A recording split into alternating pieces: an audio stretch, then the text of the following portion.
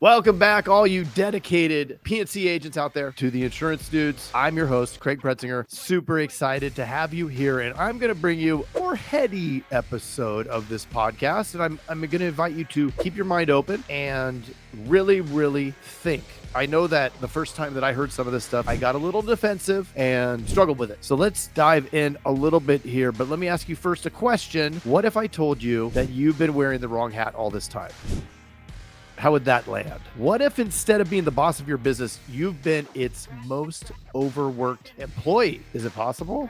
Do you work more than all the team? Think about that for a second. Well, buckle up, because today we're going to dive deep into the P&C agent's paradox, thinking like an owner, but living like an overworked employee. By the end of this episode, I promise you'll never look at your agency or your role in it the same ever again. So let's dive in. Okay, so welcome back. We're going to run through 4 different parts here where we're going to dive into the specific paradox that many of us may experience in our role as agency owner, right? Often people want to buy a business, but not necessarily do all of the work required to set it up so that they can then pull themselves out and let that thing operate like a business. So for whatever reason, there is a mindset amongst the P&C agents that there's a level of pride associated with the number of hours worked. I work 16 hours a day, 6-7 days a week. I will respond. I'll answer your voicemail, whatever, give them the cell phone number, being super pumped at the beginning. And this was a really prideful point, right? I can hustle, I can outwork, I can go longer than everybody else. And I'm sure that this probably resonates with a lot of folks that are listening. If you're an agency owner, if you're a producer, because you're probably one of the hardest sales producers that make it happen. You put in more time, more hours. But again, getting back to that the notion of smarter, not harder, let's talk about that, right? So let's take me in the beginning. When I first bought the agency, I was wearing every single hat. I was dealing with the hiring. I was dealing with the sales training. I was dealing with the business operations, with everything, right? All of the things that we know, the marketing, the sales, all these things. And what happens is when we're doing this, we're acting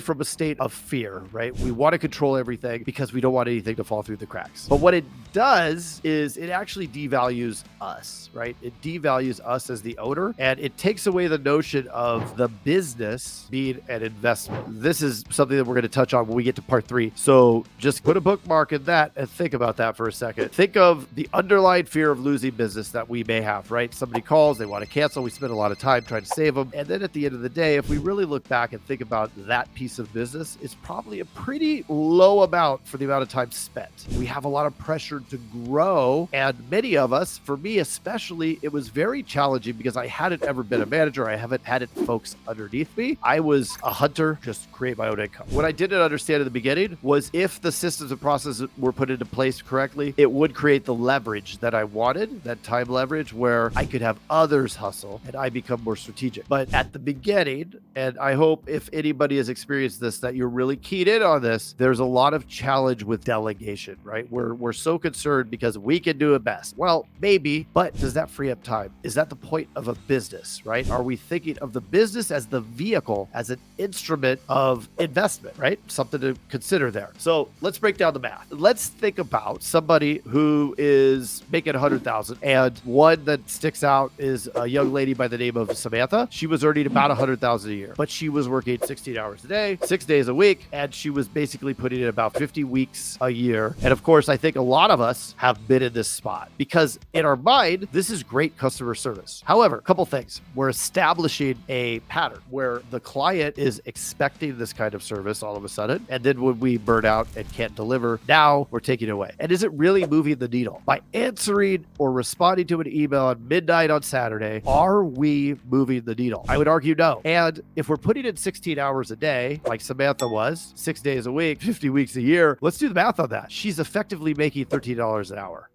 Now, you tell me, would you take a job anywhere for $13 an hour?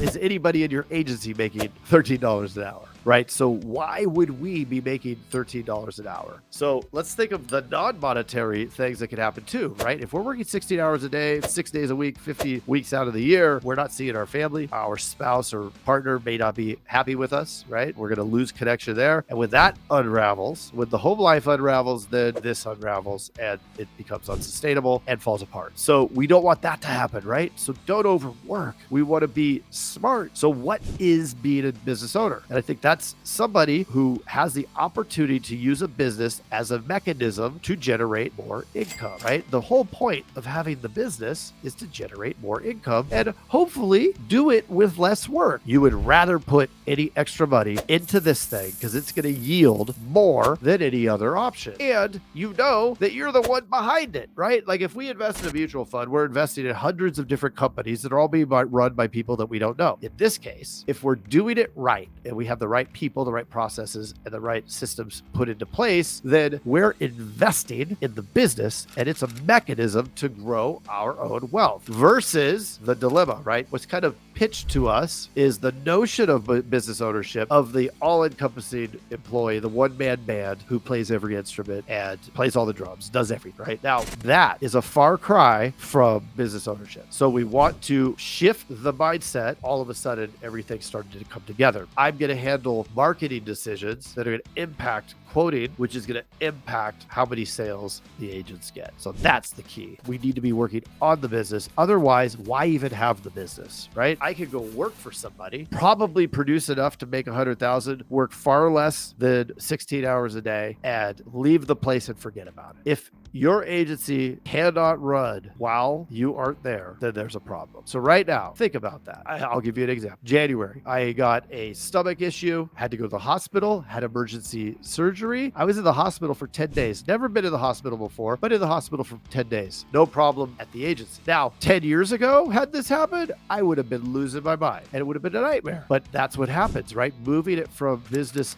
operation to business ownership. So let's talk about some practical steps we can take. Any of this has connected with you, any of it has resonated, and you think that you want to make that change, then here's what you can do, right? You can assess your situation. How many hours are you working and what is your effective hourly rate? However you do it, look at that effective hourly rate. If you're not making 50, 100 bucks an hour, there's a problem, right? First steps, look at how you delegate. A great way to do that is identify every single task and responsibility that gets done right now. What's happening in your agency? What are all the processes? Then eliminate any of them that aren't moving the needle. If it doesn't move the needle, get rid of it. Now you freed up time. Now take whatever's left over. Is it something that commands your hourly rate that it must be delegated? But I can't afford to hire somebody. You can't afford not to hire somebody. That's the problem. We can't grow if we don't leverage out our time so that we now have more hours working for us every week. Right? Let's say you have 10 employees. I know that's a big number, but I'm old and the math will be much easier for me. You have 10 employees, that's 400 extra hours you've unlocked, right? That you can now delegate. Let's think about ways that we could create the infrastructure, build out below. If any of this has resonated, I really appreciate it. If you throw a comment or a review for the podcast. If you didn't like it, then just hit unsubscribe. If you did like it and you haven't subscribed, then please hit subscribe. And we really appreciate you listening. I would like to commend you on taking the step towards learning and working on your business, right? This right here, listening to me talk about this is in fact